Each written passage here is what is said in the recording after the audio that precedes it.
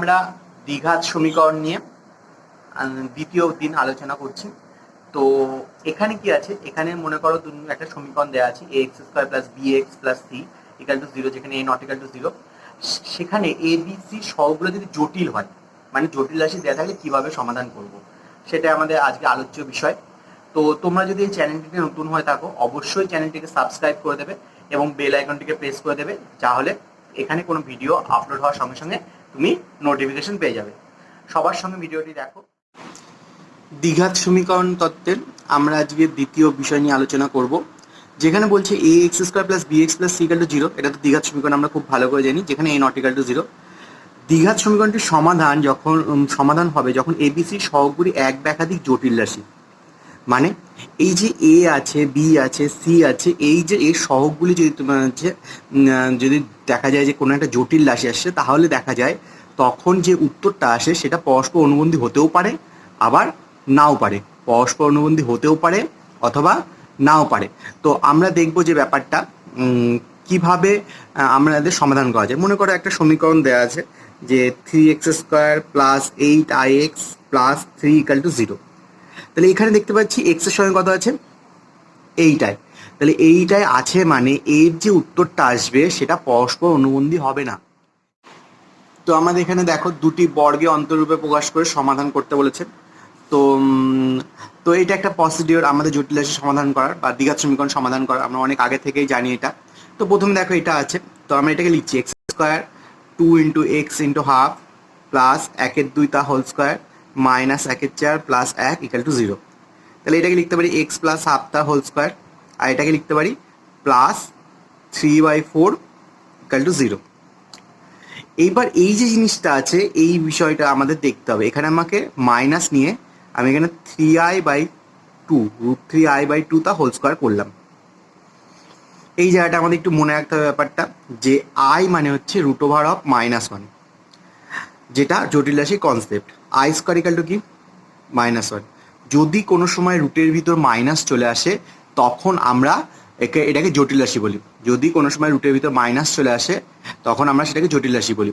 তো যেটাকে যদি স্কোয়ার করলে -1 হয়।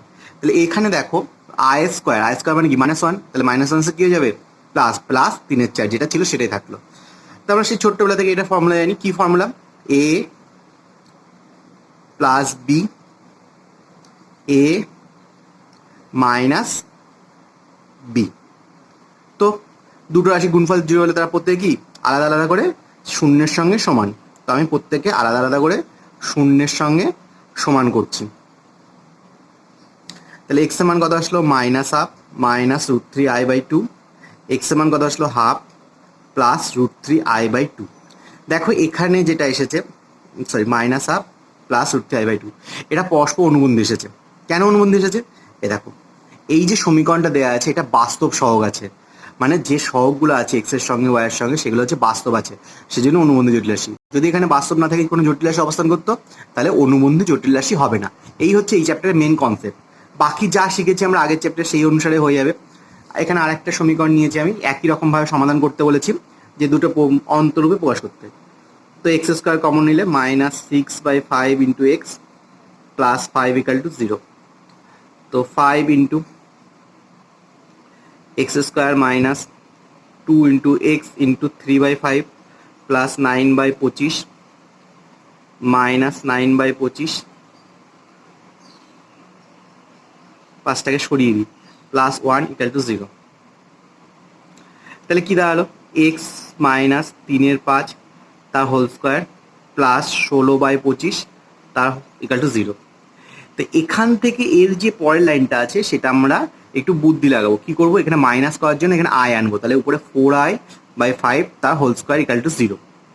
এবার A square minus B square formula কি, এইটা যোগ একবার এইটা বিয়োগ একবার এটা ইকাল টু 0। তাহলে এক্স এর মান কি আসছে, এক্স এর মান আসছে x equal to 3/5 minus 4i/5, x এর মান আসছে 3/5 প্লাস 4i/5। তো এখানেও সেই অনুবন্ধী জটিল রাশি এসছে, কারণ কি আমার যে সহগগুলো ছিল সেগুলো বাস্তব সহগ ছিল। তো এইভাবে অঙ্কগুলো সমাধান করতে হয়। যদি আমাদের বলে দুটি বর্গ অন্তরূপে প্রকাশ করে সমাধান, তো আমরা দেখবো এর পরে অঙ্কটা কীরকমভাবে হয়। তো তো এখানে দেখো উৎপাদক বিশ্লেষণ করে সমাধান করতে বলেছে। তো এখানে দেখো এক্স এর সঙ্গে এইটাই আছে, মানে কি যদি যে উত্তরটা আসবে তা পরস্পর অনুবন্ধী জটিল রাশি হবে না। তো আমি কিভাবে করব? তো আমরা কিভাবে করতাম আগে সেটা দেখতে হবে। 3 3 9, এই যে সাইডের যে টার্মগুলো থাকে সেগুলোকে গুণ করে আমরা মাঝের টার্মটা আনার চেষ্টা করতাম। তো এখানে প্রথমে আমি একটু বুদ্ধি লাগাবো। কি করছি এখানে? I 8ix minus 3i²। I মানে কি √-1, i² মানে কি -1, তাহলে মাইনাস মাইনাসে অ্যাডজাস্ট হয়ে গেল। এবার আমরা এটাকে আনছি, এই যে 8 আছে এটাকে আনার চেষ্টা করব।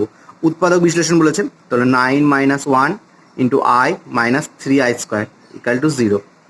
3x² plus 9ix minus ix minus 3i² equal to 0।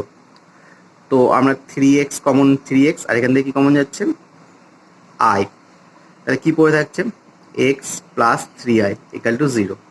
তাহলে x এর মান i/3, x এর মান -3i। তাহলে এখানে দুটো সমাধান আসলো, একটা হচ্ছে i/3, একটা -3i। ঠিক একইভাবে যদি উৎপাদক বিশ্লেষণ করে এরকমভাবে বলে যে এটা একটা সমাধান চেয়েছে, তো আমরা কি করছি এখানে i দিয়ে প্রথমে ভাগ করে নিচ্ছি। x/i plus 6 equal to 0। তো এখানে যেটা আছে x², তো এখানে যেটা করছি উপর নিচে i দিয়ে গুণ করছি, এখানে -6i² করলাম। তো এরকম বুদ্ধি করতে হয় যাতে মাঝের টার্মটা একটা i থাকে এবং শেষের টার্মটায় i² থাকে, তাহলে আমাদের উৎপাদক বিশ্লেষণ করতে সুবিধা হয়।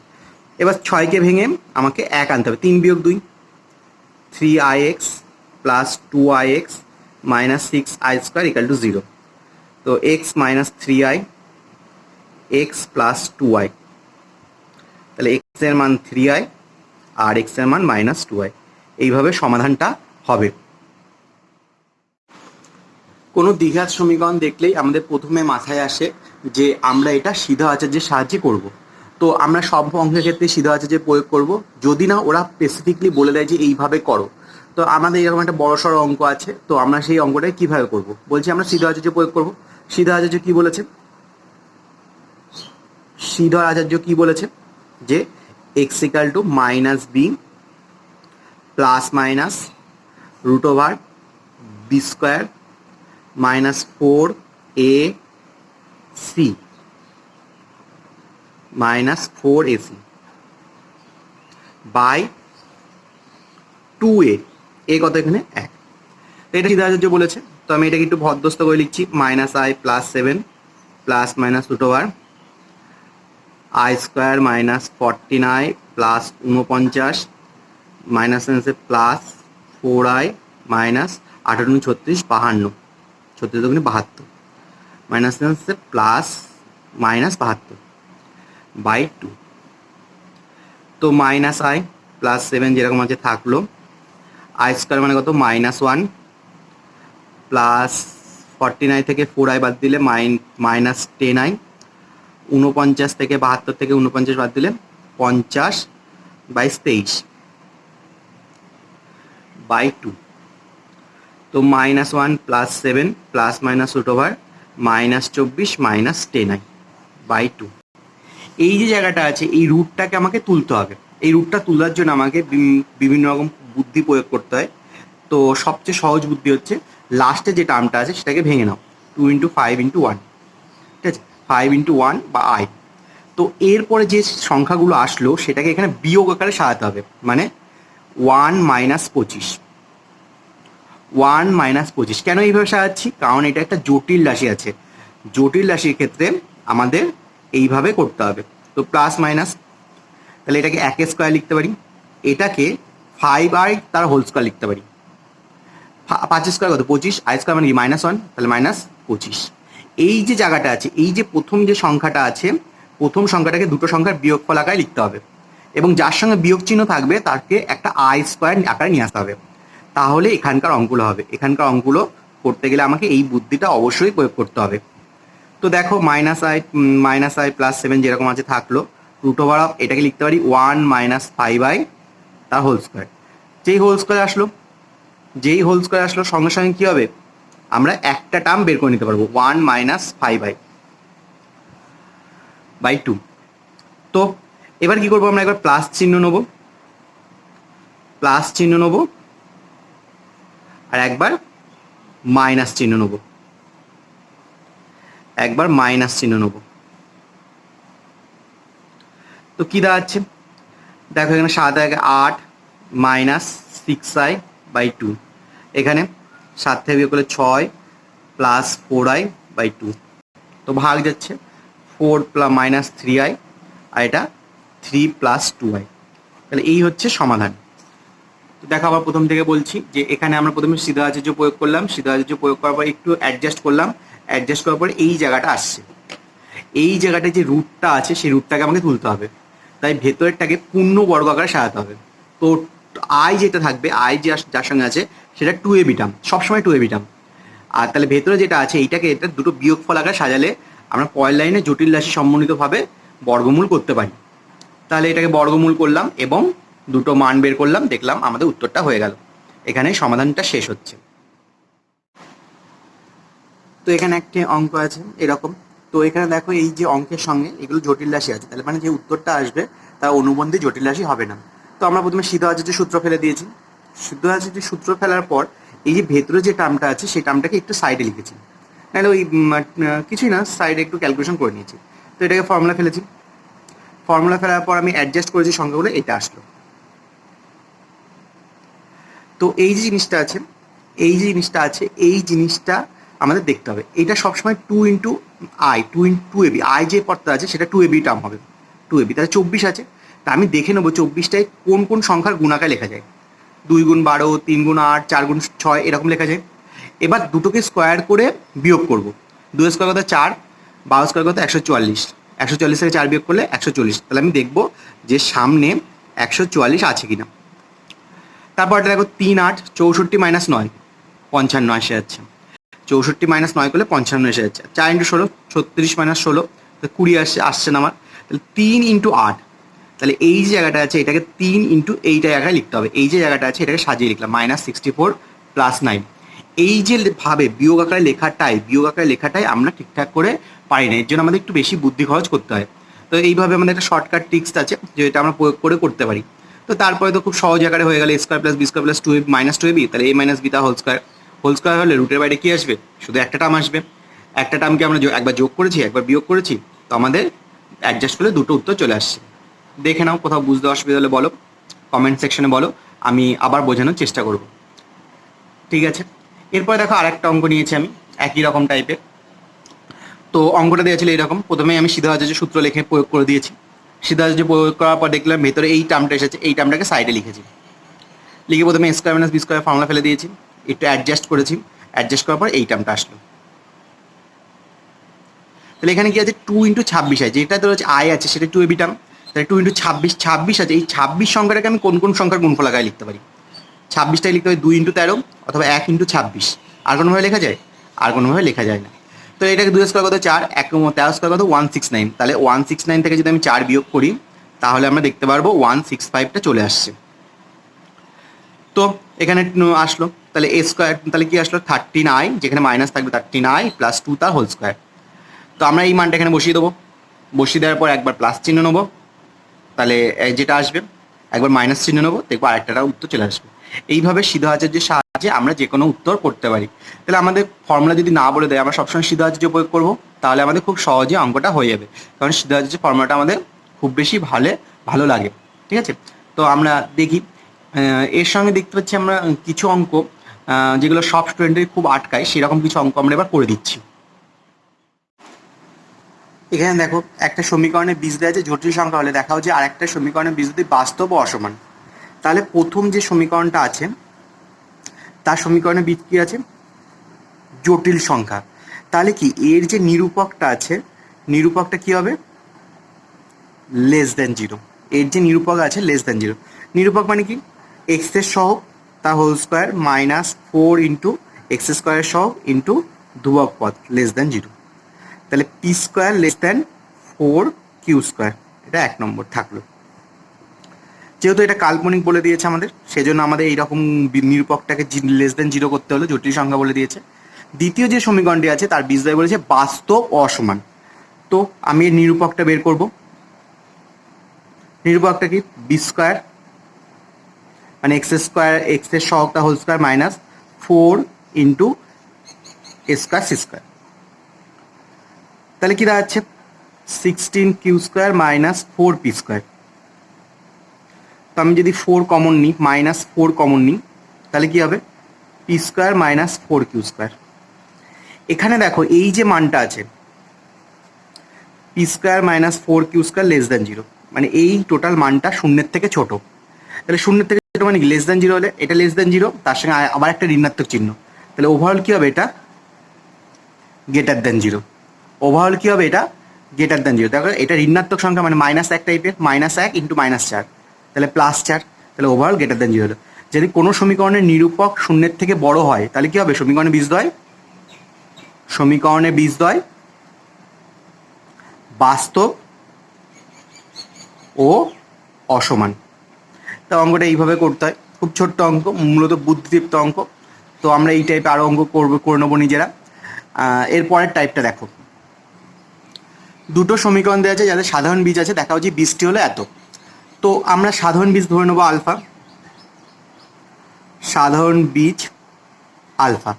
তার মানে কি আলফা প্রথম সমীকরণটাকে স্যাটিসফাই করবে, আবার আলফা দ্বিতীয় সমীকরণটাকেও স্যাটিসফাই করবে। তো আমরা এখানে বজ্র গুণন করব, বজ্র গুণন করে পাই। তো বজ্র গুণনে যদি কারো অসুবিধা হয় তাহলে এই যে বজ্র গুণনে আরেকটা সহজ পদ্ধতি আছে, সেটা আমি করছি, দেখো যদি তোমাদের পছন্দ হয়। প্রথমে কি মিল আছে দেখতে হয়, α², তারপরটা কি মিল আছে আলফা, তারপরটা কি মিল আছে কিচ্ছু মিল নেই, 1। যখন আমি α² নেবো তাহলে α²টাকে চেপে ধরবো, বাকি যেটা আছে সেটাকে এইরকম দুটো দাগের মধ্যে লিখবো, কি আছে p q p dash q dash, তারপর একটা মাইনাস দেবো, তারপরটা আবার যখন পি করছি তাহলে পিটাকে চেপে ধরবো, তাহলে কি আছে 1 q q dash, 1 q q dash. এরপর এটা যদি কনস্ট্যান্ট আমি চেপে 1 এখানে 1 আর এখানে পি পি ড্যাশ। তো বলছে এটাকে ভাঙার নিয়ম কি, বলছে কোনাকুনি গুণ করো, এইভাবে কোনাকুনি গুণ করো আর বিয়োগ চিহ্ন দিয়ে ওই দিকেরটা গুণ করো, তাহলে p Q dash minus p dash q. এখানে ভাঙার নিয়ম কি, সেই একই রকম, প্রথমে এই কোনাকুনি গুণ করো, তারপর বিয়োগ চিহ্ন দিয়ে ওইটা লেখো। এরপর একটা ভাঙার নিয়ম কি, সেই একই রকম পি ড্যাশ মাইনাস পি। অথবা আমরা ডাইরেক্ট একবারে বজ্রণ করলেও একই উত্তর আসবে। প্রথম দুটো টার্মকে নিচ্ছি, দুটো টার্মকে নিলে কি হয় α², এখানে আলফা আলফা কেটে গেল, তাহলে একটা আলফার মান কি আসছে P Q dash by P dash Q by Q minus Q dash. আর দ্বিতীয়টার ক্ষেত্রে দেখো এই দুটোকে যদি আমি সমান করি তাহলে এই নিচের টার্মটা উপরে চলে গেলে অঙ্কটা মিলে যাবে, alpha equal to q minus Q dash by P dash minus p. তাহলে এই দুটো আসলো, আলফার মান একটা, এটা আসলো আলফার মান, তাহলে এইটাই আমাকে প্রমাণ করতে হয়েছে সাধারণ বীজের মান এত অথবা এত। তো এই গেল। এরপরেরটা, যদি এক্স বাস্তব হয় তবে এত অপেক্ষকের মান সর্বদা ধনাত্মক হলে দেখাও যে এক্স এর মান এত এবং এতর মধ্যবর্তী থাকবে, মধ্যবর্তী হবে না, হবে না। তো দেখো অপেক্ষকটির মান সর্বদা ধনাত্মক, আমাকে বলে দিয়েছে যে এই যে ফাংশনটা আছে, এই যে অপেক্ষকটা আছে এর মান সর্বদা ধনাত্মক। তার মানে কি 3x² minus 17x plus 20 greater than 0, always এটার মান গ্রেটার দেন 0 হবে। তো আমি কি করছি, এটাকে মিল টার্ম ফ্যাক্টর করছি, 20 3 60, 60কে ভেঙে 17, তাহলে আমাকে 5 12 60 minus 5x plus 20 greater than 0। তো 3x minus 5 x minus 4 greater than 0। তো আমরা ছোটবেলা থেকে জানি যে দুটো সংখ্যার গুণফল কখন গ্রেটার দেন 0 হবে। ভালো, দুটো সংখ্যার গুণফল কখন 0 থেকে বড় হবে, দুটো সংখ্যার গুণফল যখন হয় দুটো সংখ্যাই 0 থেকে বড়, দুটো সংখ্যা যে আছে দুটোই 0 থেকে বড়, অথবা যে দুটো সংখ্যা আছে তারা দুটোই 0 থেকে কম, অথবা যে দুটো সংখ্যা আছে তারা দুটোই 0 থেকে কম। একটু ব্যাপারটা বোঝো, যে 0 থেকে বড় দুটো সংখ্যা 0 থেকে বড় হলে তো 2 3 এরকম একটা সংখ্যা, তাহলে গুণ করলে 6 আসবে 0 থেকে বড়। আবার -2 -3 হলে তার সেটাও গুণ করে 6 এসে যায়, মানে 0 থেকে বড় হয়ে যায়। তো এখান থেকে আমি কি পাচ্ছি, 3x এর মান 5 এর থেকে বড়, x এর মান 5 3 থেকে বড়, x এর মান 4 থেকে বড়। তাহলে x এর মান 4 থেকে বড় আর 5 3 থেকে বড়, ব্যাপারটা ভালো করে বুঝবে। x এর মান 4 থেকে বড় মানে x এর মান বলছে আমি এটা মানে 1 পয়েন্ট সামথিং, ধরো 1.6, আর এটা 4, বলছে x এর মান 1.5 5 থেকে বড় 4 থেকে বড়। তাহলে আমি বলতে পারি না যে এক্স এর মান যদি আমি 4 থেকে বড় নিই তাহলে আমার দুটো কন্ডিশনই স্যাটিসফাই হয়ে যাবে।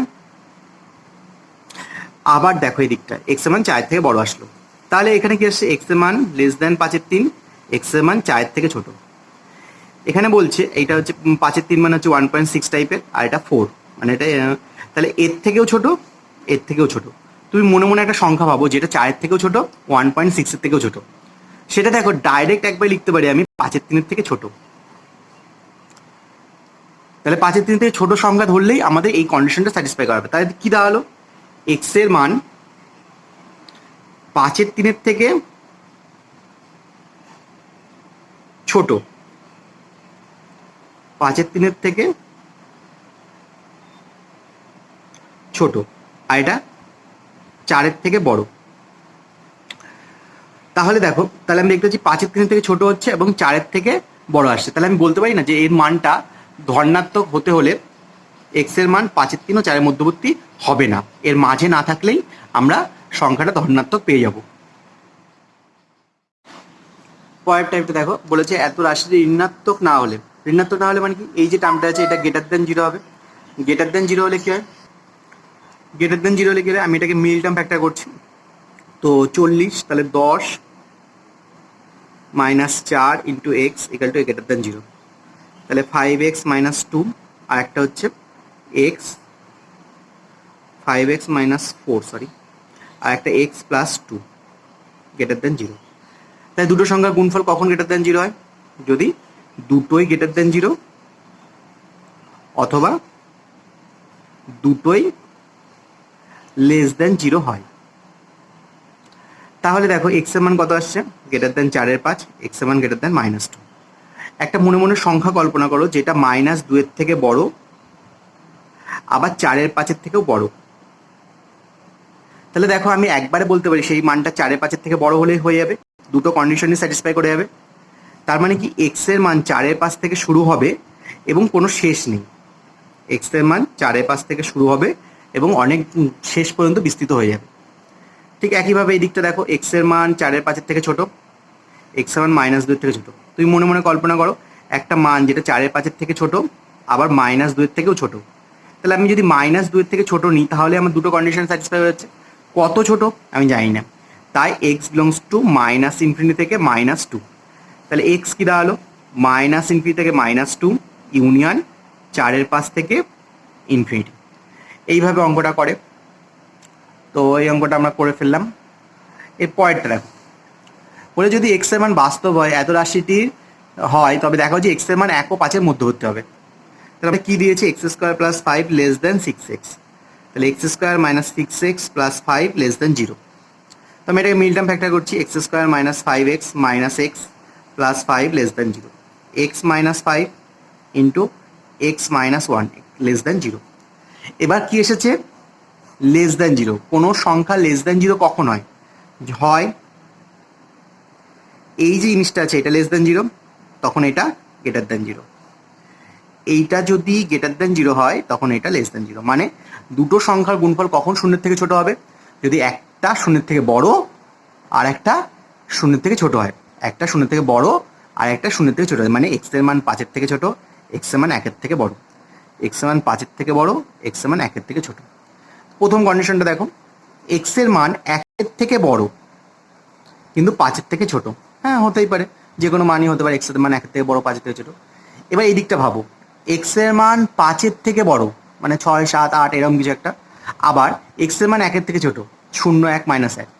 মানে এক্স এর মান 5-এর থেকে বড় আবার 1-এর থেকে ছোট, এরকম হতে পারে না, কোনোদিনই হতে পারে না, তাই এটা অসম্ভব।